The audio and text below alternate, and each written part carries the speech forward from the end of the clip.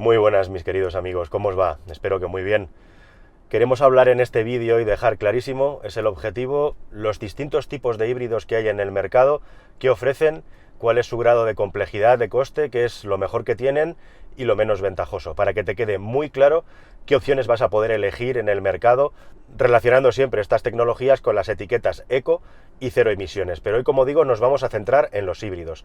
Antes de eso, dejadme solamente que subraye una cosa por si no ha quedado suficientemente clara en vídeos anteriores, porque este es un vídeo respuesta al vídeo anterior sobre qué coche me compro y muchas dudas que me planteáis en los comentarios. Sobre todo respecto al diésel, para que te quede muy claro y en una frase, no hay ningún problema con los diésel nuevos. Con los diésel que se están vendiendo a día de hoy y con los que se venderán en los próximos años, no hay ningún tipo de problema técnico ni ningún miedo porque están homologados, tienen las mismas certificaciones exactamente que los coches de gasolina, ni más ni menos. ¿Qué es lo que ocurre? Que en los próximos años las autoridades, con estas certificaciones, con estas pegatinas, pues van a hacer que se favorezcan más unas tecnologías en detrimento de otras. Y cada vez va a ser más necesario tener pues o un combustible alternativo o al menos más o menos electrificación dentro del coche para cumplir al menos con los requisitos de las etiquetas eco y cero emisiones. Y también nadie nos dice cuándo van a cambiar y en qué grado. Así que todo lo que os voy a contar en este vídeo se refiere a cómo está la normativa a día de hoy. Así que dejando claro que además va a salir en este vídeo que el diésel nuevo, el problema es con los diésel antiguos, no hay ningún tipo de problema y es equivalente en homologación a un gasolina actual, vamos a hablar de los que son los posibles sustitutos de los vehículos diésel de toda la vida, el coche podríamos decir del pueblo, que son los distintos tipos, los diferentes tipos de vehículos híbridos. Lo voy a explicar de una manera resumida y sucinta para que tengas toda la información necesaria, pero nos vamos a centrar, como digo, en los tres tipos de híbridos que podrían acabar arrinconando o sustituyendo al diésel si la normativa sigue favoreciendo a este tipo de tecnologías. Tres híbridos más uno, podríamos decir, porque además están los vehículos bifuel, que es otra cosa de la que también os hablo en este vídeo. Pero básicamente, en cuanto a híbridos, tendríamos los Mild Hybrid Electric Vehicles, es decir, los híbridos ligeros o microhíbridos, que son una tecnología, podríamos decir, nueva, que va a aparecer con muchísima fuerza en los próximos meses y años en el mercado. Los híbridos de toda la vida, los que conocemos desde que se lanzó al mercado el Toyota Prius, que fue el primer gran híbrido, podríamos decir, para la masa. Y por último, los híbridos enchufables, empezando por los mild hybrid, es decir, en castellano podríamos llamarles híbridos ligeros o microhíbridos, como digo. Básicamente lo que tenemos es una nueva red eléctrica dentro del coche que en lugar de ir a 12 voltios con la batería de toda la vida, va a 48 voltios. Este sistema tiene tres partes básicas. Una es la red a 48 voltios que tiene el coche, que es una red, como digo, añadida.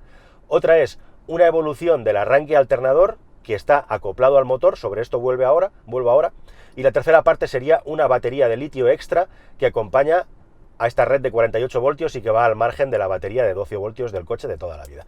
¿Para qué sirven los híbridos suaves o cuál es su ventaja? Los híbridos ligeros, no suaves, híbridos ligeros.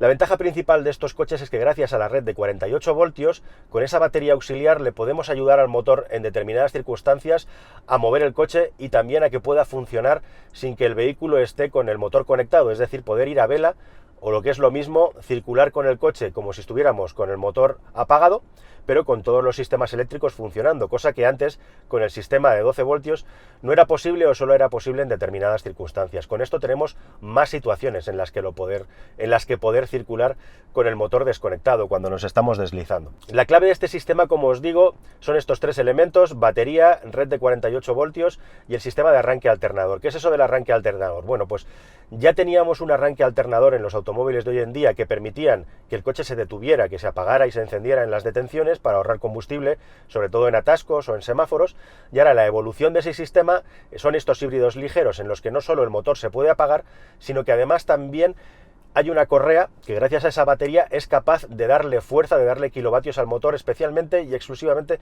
cuando estamos arrancando el coche. Este sistema, podríamos decirlo de alguna manera, podría sustituir a un turbo, aunque es compatible con un turbo, es decir, le da fuerza al motor cuando más las necesita, que es cuando hay que mover el coche desde baja velocidad.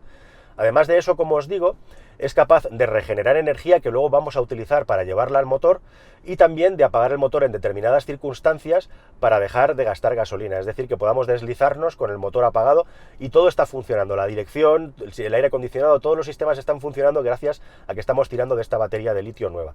¿Significa esto que la batería de 12 voltios deja de existir? No, la batería de 12 voltios para el arranque del coche y para las funciones que tenía antes sigue estando presente en el coche, pero ahora está complementada por esta batería más potente. Así, en definitiva, lo que tenemos es un vehículo híbrido, pero digamos un poquito más modesto en cuanto a capacidad de batería y en cuanto a capacidad de impulsión eléctrica, porque este coche en ningún caso se va a poder mover exclusivamente con el apoyo de la batería, porque es una batería demasiado pequeña, o al menos esa no es la filosofía del híbrido ligero. ¿Cuál es la ventaja de todo esto?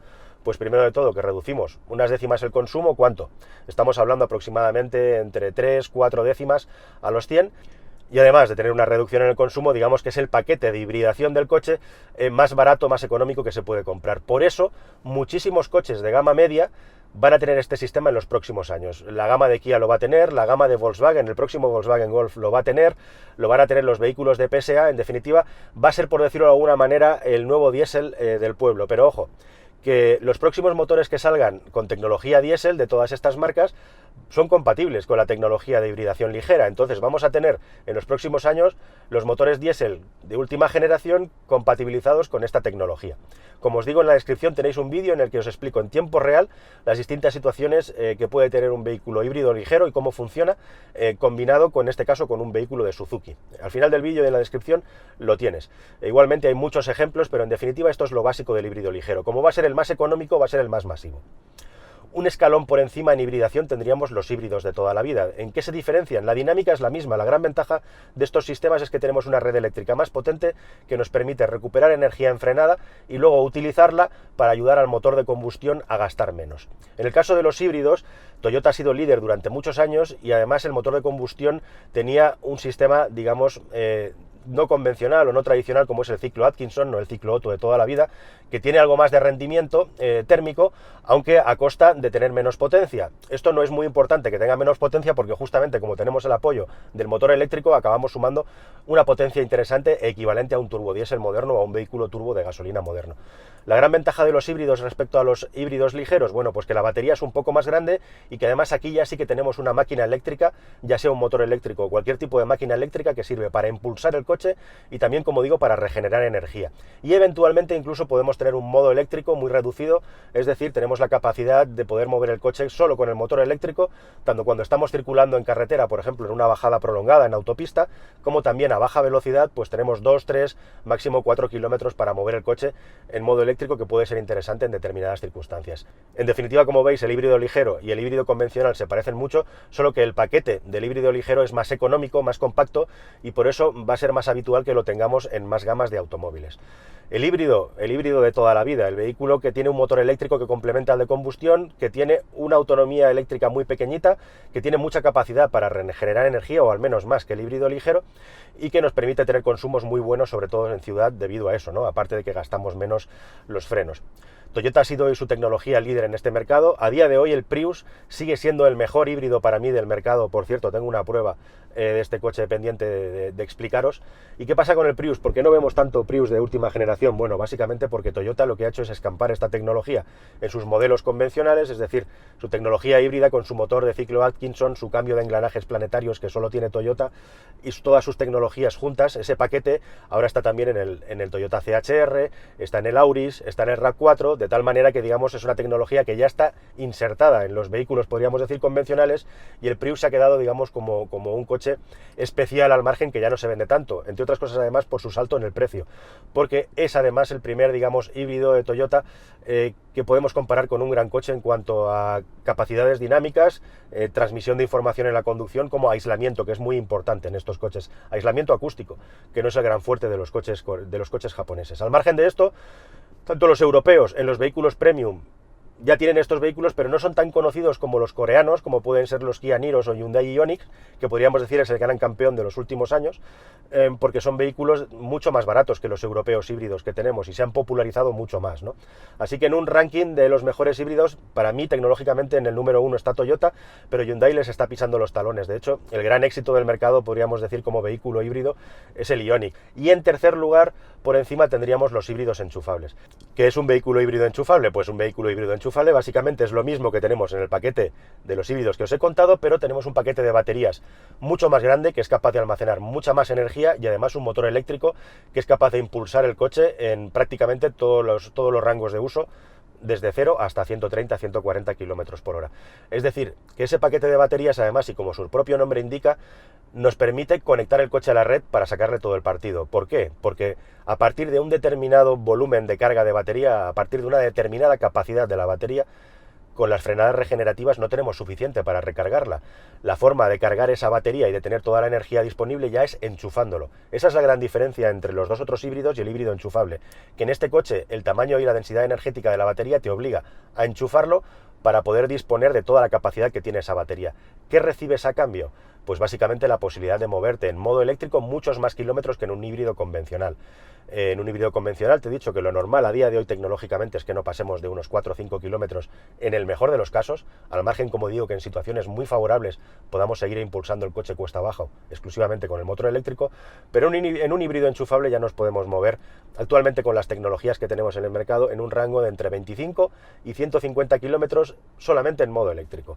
25 kilómetros, si no me falla la memoria, todo esto os lo estoy diciendo de memoria, sería el BMW i8, el superdeportivo de BMW, que ahora por cierto va a salir con un paquete de baterías mejorado, y los 150 kilómetros pertenecerían al Polestar 1, un coche que está a puntito de salir al mercado y que es carísimo.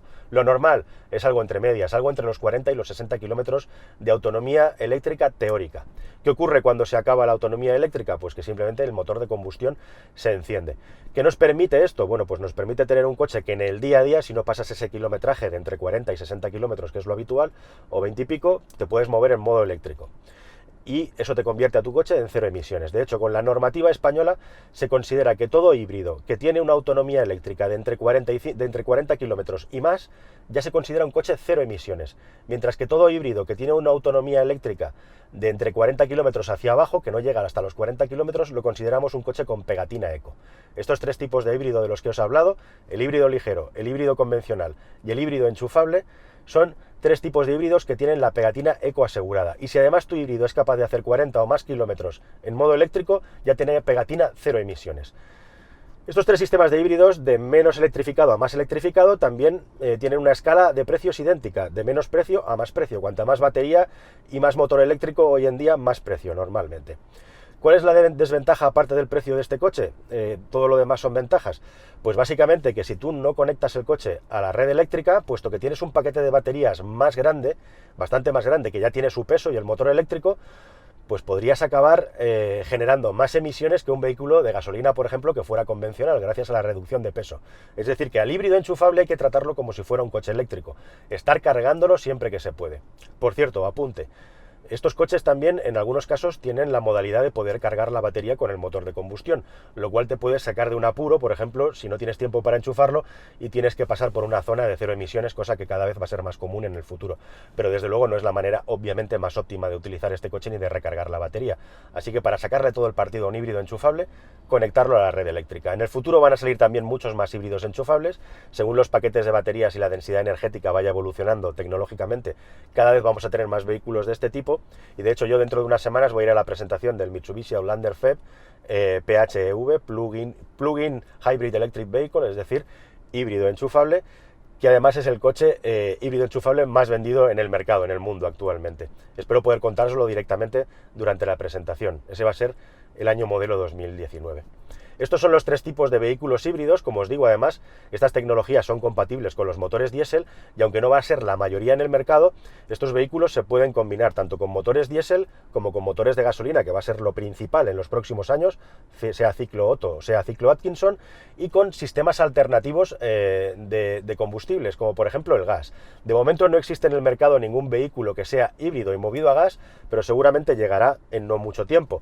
La dificultad de este tipo de vehículos híbridos movidos a gas es que tenemos que tener por un lado los depósitos de gas, por otro lado el depósito de combustible, por otro lado el paquete de baterías, por otro lado el motor eléctrico, por otro lado el motor de combustión.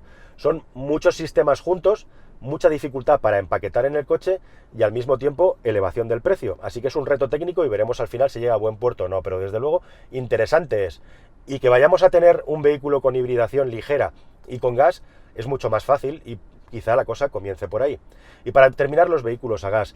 En estas últimas cifras, según estoy grabando este vídeo de julio de 2018, teníamos la noticia de que los híbridos y eléctricos habían crecido aproximadamente un 50% respecto a 2017, pero es que los vehículos a gas han crecido un 350%. La gran ventaja de los vehículos a gas: tienen unas emisiones de CO2 inferiores claramente a los de gasolina, tienen unas emisiones inferiores a los vehículos diésel, un poquito menos, tienen unas emisiones iguales a los vehículos híbridos sin tener hibridación, y además la combustión es extremadamente más limpia que en el gasolina y en el diésel. Prácticamente no existen partículas medibles en los vehículos combustionados a gas, y los óxidos de nitrógeno están bastante bien controlados y en todo caso son mucho menores. GLP, gas licuado del petróleo, es un residuo que sale de la extracción del petróleo. Es bueno que se aproveche, porque si no se va a la atmósfera. Mientras se saque petróleo habrá gas licuado del petróleo, al igual que también se saca cuando se saca gas natural.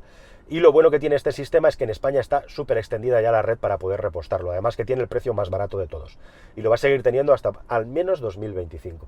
Gas natural, metano, básicamente, un gas que tiene mayor capacidad calórica, todavía podemos ahorrar más combustible respecto al GLP, y tiene una combustión incluso todavía más limpia en prácticamente todos los parámetros, quizá tan solo con la excepción de los óxidos de nitrógeno, que, como digo, en ambos casos son muy bajos. Problema del gas natural: actualmente tenemos unas 60 estaciones para recargar en toda España, pero esto va a ir creciendo muchísimo, porque allá donde hay un punto de gas, igual que allá donde hay un punto de electricidad y un enchufe, allá donde hay un punto de gas puede haber un sistema para suministrar gas, aunque lógicamente hay que hacer una transformación, hay que hacer una instalación.